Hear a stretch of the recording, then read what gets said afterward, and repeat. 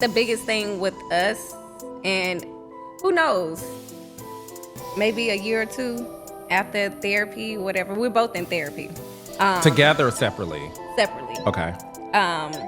It may bring us back together. You never know. Because he's a great guy. Chad is an amazing person. Like, out of my relationships, he's probably the best I've been with. On a serious note, like, he's very supportive. He has done a lot to help me. Of course, you know, I had my own coming into this relationship, but he took it to a whole nother level. Some people I snap back on are the ones, well, you cheated on your ex-husband for him. Like, y'all don't know my story. Y'all don't know what happened. We weren't married. He married me after I stepped out with Chad because he didn't want to lose me. So let's talk about that. Mm-hmm. You were in a relationship prior to meeting Chad. Yes, you were with my son's father. With your son's father, and you cheated on your son's father with Chad. Yes. You stepped outside of the relationship. It was done. Like, I went through so much with him. It was a lot. I was like, I'm just gonna do me. Did Chad approach you knowing you were in this relationship? I approached Chad, and I sent heart eyes because I was watching his story. I sent heart eyes, and he responded right back. And I bet he did. Chad has always been my celebrity crush. Really? Yes. For like years. Years. He was my favorite athlete. He's always been like, I have never felt a way about a man the way that I feel about Chad. Chad Ochocinco. Yeah. His ex, Sharelle Rosado, isn't that her name? Yeah, something like that. She was on a recent podcast giving details about the breakup between her and Ochocinco. She sat right there and told you she set that up. Yeah, basically. When we go back talking about Cam and like that, how Cam got to play the field when we got women like that who's already she's scheming. Mm-hmm. She's scheming. Yeah, so it looks like Sharelle Rosado was on the Reality with the King podcast with Carlos King. And she explained that she went through Ochocinco's phone and found text messages between him and other women. Allegedly, you know, but it's irony because that's the way she met Chad. Exactly. And basically she was just saying the relationship wasn't going to work, but this was her celebrity crush. This was the guy she fantasized about. And she wanted it, and she went and got it. So because of that ego, pride, she gonna do what she do. See, this is all shocking to me because all I knew Rel from was Nightcap when she would pop up with Ochocinco. I didn't know anything about her or her background or anything about her other than Nightcap. So from my understanding, they look like a cool couple. They look like they were the happy couple people talk about.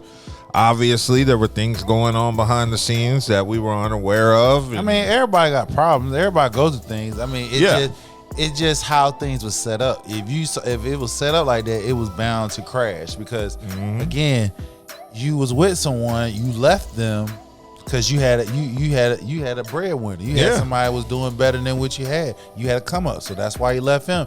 And Chad, he was a simp because he had a thing for Latino light-skinned women. Yeah. He gave her a baby. He gave you a baby. You got you another paycheck, engagement ring. Yeah. So again, everything was set up. You set that up. He didn't choose you. You choose him. Yeah. I didn't realize she was scandalous when I was watching her on Nightcap. I didn't know she had this background where she was cheating on her man with Ochocinco and then got married to the dude. So she married this dude after she cheated on him with Chad. Right. And I just don't understand women like this who expect to live a happily ever after life when they're intentionally just going out and screwing people over. So I'm a little perplexed at this whole situation. And it seems like even though she broke up with Chad, she's just keeping the name in her mouth. Because she got to stay relevant. Look, the thing about it is, once again, she played, see, in this case, she actually played her role. But now she intentionally removed herself. She didn't play her role because she was all in his podcast. Well, this is why I say she played her role to where she got what she wanted. Yeah, to a degree. Yeah. She never married him. Well, she got the kid and an engagement ring. She flipped. She. That's why I said she played a role. She used her assets. Now, one dirty macking move she did was, you remember that interaction she had on Instagram when she first broke up with Chad, and one woman said, "I'm gonna slide in Chad's DMs," and Rel responded with, "You go ahead, girl. Make sure you don't catch anything." So she was implying that Chad had STDs. Right. So that was one of the first questions dude asked her on the podcast was, "Did Chad give you an STD?" You know, a thirsty girl. No shade, sis. It is what it is, girl. The thirst is real. Hey, Nene. It is. Mentioned something along the lines of she wanted Chad, and I'm you about to slide in them DMs. And I was like, don't catch nothing. And people was like, oh no, did he give you something? No, he didn't. What I was saying was everybody trying to jump on and everything else. Be careful because you might catch something. So, and then I looked at it, I was like, damn, I should have never wrote that. But I was pissed. But no, he didn't. For everyone who was asking, no, he did not give me. Which she clarified, no, he did not. Right. She was hating because she wanted to make sure that the woman other woman touch him. Exactly. So what she did to try and cover up her tracks, she was saying, no, you'll catch like feelings. That's what she tried to say to cover it up. This is why I tell people, if you're dealing with someone popular, right, they're going to be groupies. They're going to be people that's going to say some things because they want to rock your boat. They want to see how tight y'all relationship is. And if you show any hints that you want to listen to the gossip, they got you. Because they can tell you anything, and whether it's slightly true or not, you're gonna be confused and perplexed, and you might fall victim and listen to it. You cannot. This is why the communication between the couples has to be on point. Do not share everything, overly share everything on social media. That's the problem. People overly share on social media about your private lives. Exactly. Do your thing. And then public breakups. If you got somebody that you rock with them. If y'all, if that relationship, if you happy, if she make you happy, he make you happy, and they're consistent. Key word, consistent. Yeah, that's rock with that shit. Exactly. You feel what I'm saying? Can't get caught up in the norm. Now, it doesn't seem like they're finished because she said at the moment she's having fun traveling, but on a serious note, she says after therapy, after everything, once we clear the slate with everything, I would be open to going on a date with him, and She want him to knock her ass up again or start paying for her bills. That's all. Pay them bills. Nah, it sound like he broke up with her and she's just hanging around till he get his mind right, allegedly, and she gets back with him. Right. She gonna try. And that would trip me out. She gonna try to seduce him. That would trip me out if I broke up with a girl and she just hops up on podcast talking about me in the relationship. Man, listen, bro. Talking about I might give him a second chance. Right. That's aggravating because it makes it seem like she got the power when it's him who has the power. Well, see that again. This is what happened when you dealing with a previous nigga. It's a simp. Yeah.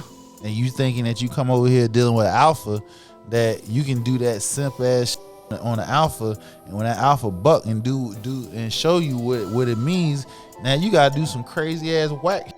You know what I'm saying? Outside of knowing because you was out of line. Yeah.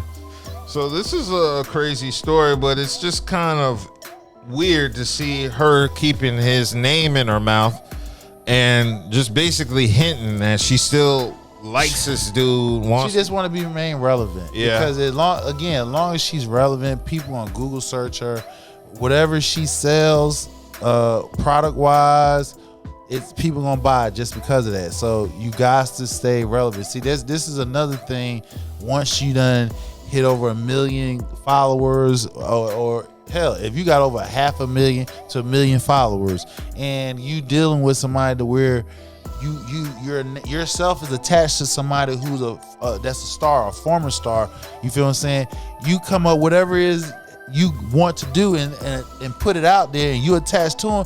People gonna support and buy from because you are attached to him. So by her speaking his name, by her saying I might. And this and the third, that's making people like, let me look this up and see who she is. Yeah, I'll admit I've looked her up since. Oh, that's her. Oh, and then some of them like, oh, she sell this? I need that. Let me get that. See what I'm saying? Yeah. And so if you look at it, if you get 100,000 sales, You did great just because she talked about him on the podcast. That's gonna be interesting.